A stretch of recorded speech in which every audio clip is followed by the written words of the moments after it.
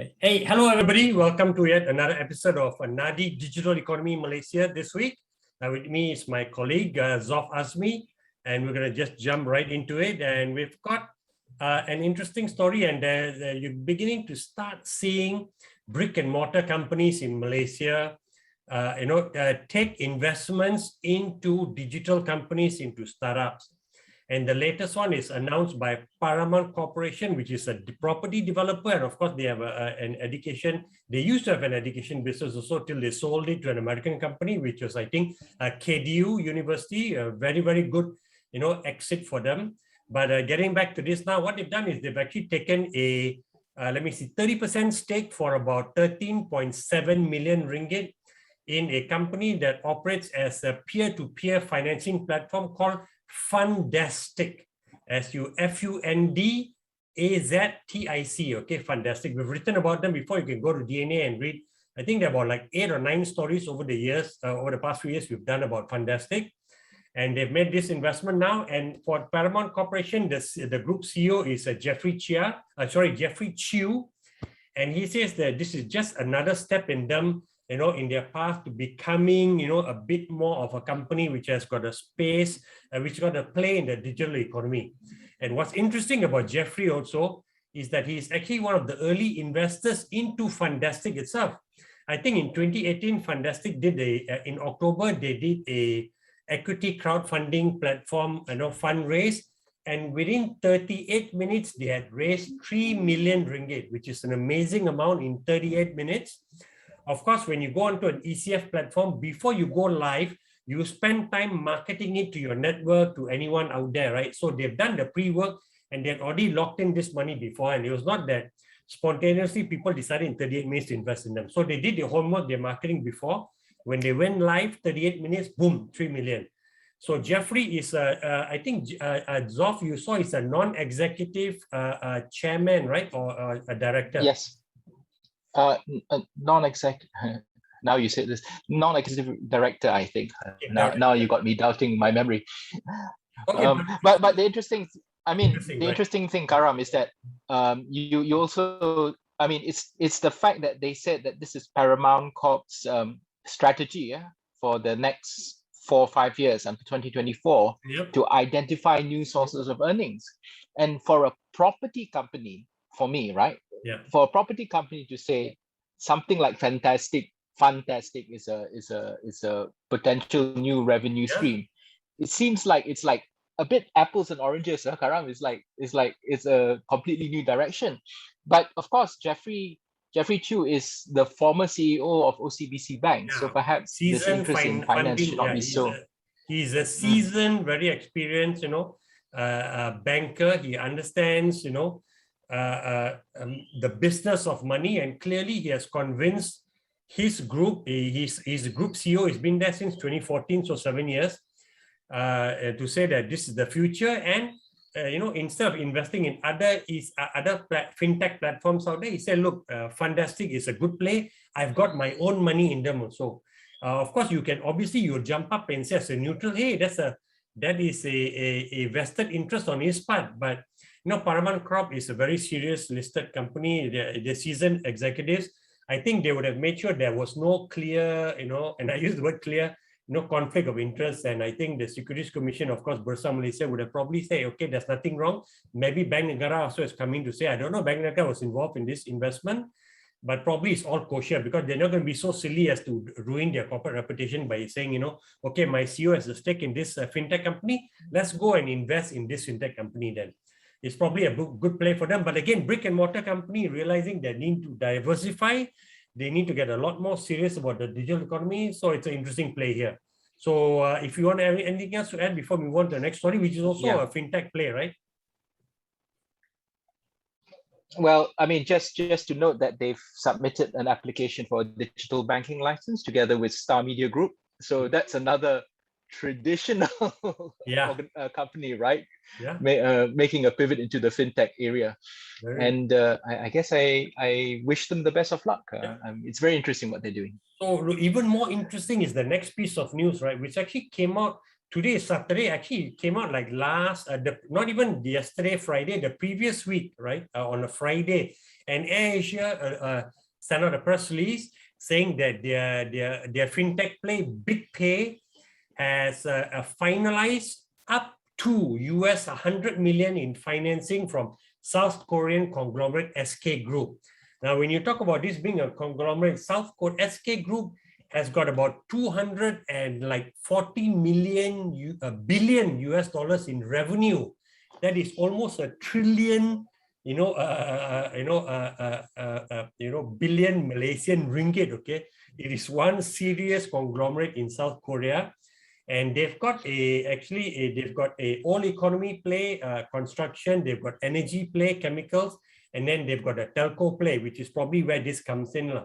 And I think AirAsia, when BigPay announced that they had made a play for a digital banking license, they also said that they had a conglomerate as their partner, right? Or that was coming in. And I think this was the deal that they meant. And very interesting for all of you listening out there, they actually said that they have finalized an investment of up to. So when you finalize something, you probably don't say up to, right? You have actually fixed an amount. And me and Dzof were talking, and we probably feel that it's because the amount that SK comes into BigPay is dependent on BigPay getting a fintech or getting one of these digital bank license. If they get the license, I think SK will come in. And if they don't, it's up in the air whether SK will even come in or not. They may withdraw from the agreement, because all agreements have also an opt-out clause. So very interesting here, right? Especially the wording, right? Finalized up to, in financing, they didn't say an investment. So we'll see how this plays out. But Dzof, do you have anything to add to this? Yeah, I mean, the reason why it makes sense is that if you're applying for a digital bank license, then one of the things you need to show is you need to show a bit of muscle, right? Karam, a little bit of, and of course they're partnered with MIDF, and they're no slouches. But having a huge conglomerate behind you is really going to be worth something. So again, it's the sort of thing like, I guess all these guys coming in are taking this digital bank license application quite seriously. Yes. And they're trying to put their best foot forward.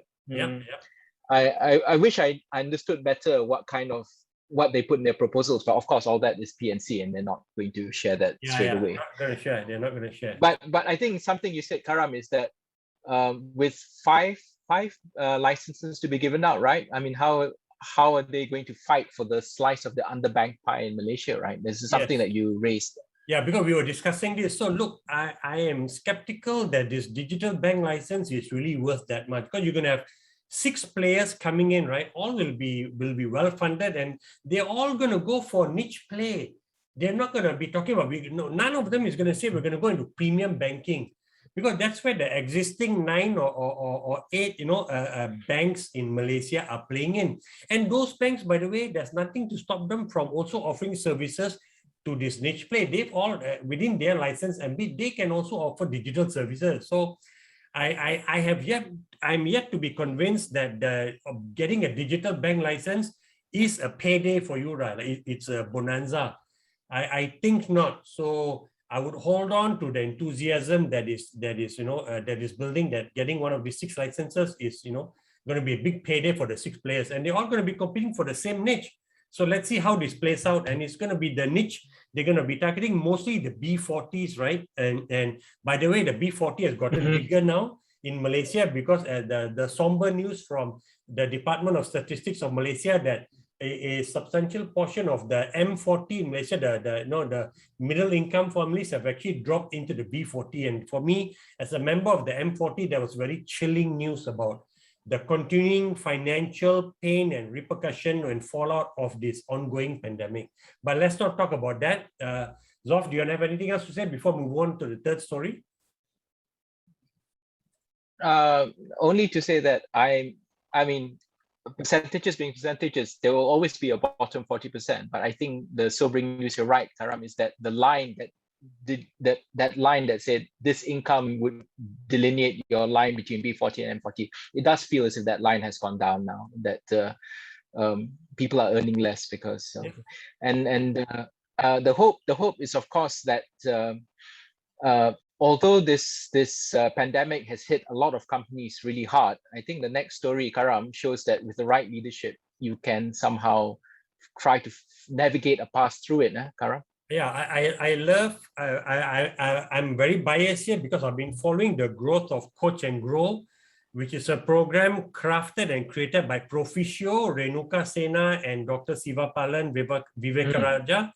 10 years ago, right? We're talking about 2011 when cohort 1 started. And they've done an incredible job in getting companies which qualify, which they get admitted into the program, to coach that senior leadership team, right, for an X amount of period. And I think this is actually up to a year they get this coaching, whether it's 6 months or a year, sorry, now it skips my mind, but it's a substantial period of time, good, very strong engagement with the C-level team, not just with the founder or the founders, right, and helping them improve the business, how their business is. And now this cohort 5 has finished, and look, their cohort 5 in the period, that cohort 5 I think started last year in October until now, they just graduated. So actually it is about 6 months, right? They have actually seen an increase of 163%, right, in average revenue. Imagine at a time like this, and these are not all tech companies, right? They have increased their revenue on average, right, by 164%, 63%. That is an immense achievement. Credit to to Proficio Consultants, Sunil Bharat, and the team behind them, which is actually led by Renuka and Dr. Sivapalan, and credit to Cradle also for seeing the value in this. But as I say this also now, just some quick data points, right, about this about CGP, this cohort 5, is that they combined the 108 companies, right, enrolled. They had 176 million ringgit in sales generated. That's like 30 over million US dollars, right? You had 12 million ringgit, which is about $3 million US dollars in export sales. And in collectively, these companies raised about just under 25 million ringgit, which is about 5 million, yeah, about 5.1 million, right, or 5.5 million US dollars, right, in funds raised. So they've done significantly well in a very painful economic climate. And 385 entrepreneurs were coached. That is 385 entrepreneurs of who 6 months later have come out. They're all better entrepreneurs, right? They're better leaders. They're better motivators. They're more savvy in terms of crafting strategy. It's invaluable. And I'm talking this up because the sad part is that the funding for this program has ended. Rafiza Ghazali, who's the Cradle CEO, was on our Tech Talk Friday live show about 6 weeks ago. And I asked her about this, and she said that the funding for this was actually from the previous, from 2018, and it actually ends this year. And it looks like unless the MOSTI, because MOSTI, Cradle falls under MOSTI, if the current minister of MOSTI, Khairi Jamaluddin, and he's a smart guy, and you don't even need to be a smart guy, right? You look at the track record of CGP over the last 5 cohorts, it just hits you in the face, like with a tongkat, with a huge branch of tongkat Ali, right? That this is an incredible program that is offering and delivering a lot of value. Please carry on with the program, I'm saying. Please carry on with the program. It is a crime if they don't carry on with this program. If not within a Cradle, some other agency within MOSTI's ambit should take this over and run with this. Because this is a smooth, well-oiled machine. They do incredibly well. So Dzof, I think sounds like I'm being paid by Cradle or by Proficio, and I'm totally not. The thing I was just going to add was, in my time when I was at Talent Corp, we recognized that one of the big multipliers that you could put in for Malaysian talent in Malaysia was to improve the quality of leadership and improve the quality of, because the question that was put to us more than once was actually, how many good leaders do you need to develop in Malaysia for Malaysia to move up into a high income economy, right? I mean, so it sounds like a bit of a rhetorical question, but actually you can sit down and try to see. And actually, you don't really need that many good leaders. That's what's amazing, right? You don't need like 10,000. No. the multiplier effect is so strong that a good leader on top will also, one of the things they do is they develop good leaders themselves.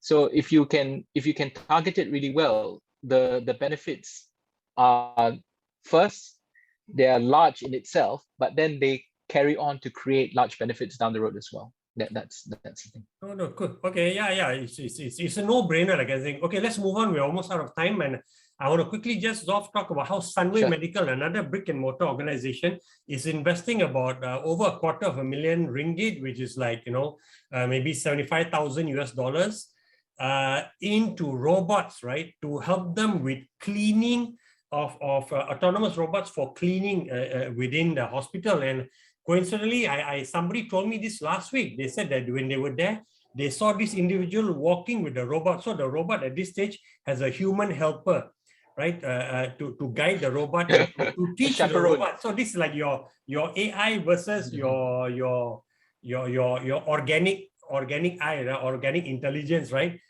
Coaching the robot. But they've launched this into their pediatric wards first, but it's eventually going to go the entire hospital. At a point in the near future, I think all private hospitals for sure are going to be eliminating manual labor from the cleaning, and they're going to be using robots. If there is manual labor, it'll be very minimal. And this is just how the digital economy is progressing. A lot more substantial now. With that, we're going to come to an end with this week's Nadi Digital Economy. Hope you enjoyed the show and the opinions we shared, and that you will go and even share the video on YouTube if you like it, and do give us your feedback on how you think we can deliver a better show for you. Right? With that, we'll see you again next week. Bye. So your bye, sometimes you are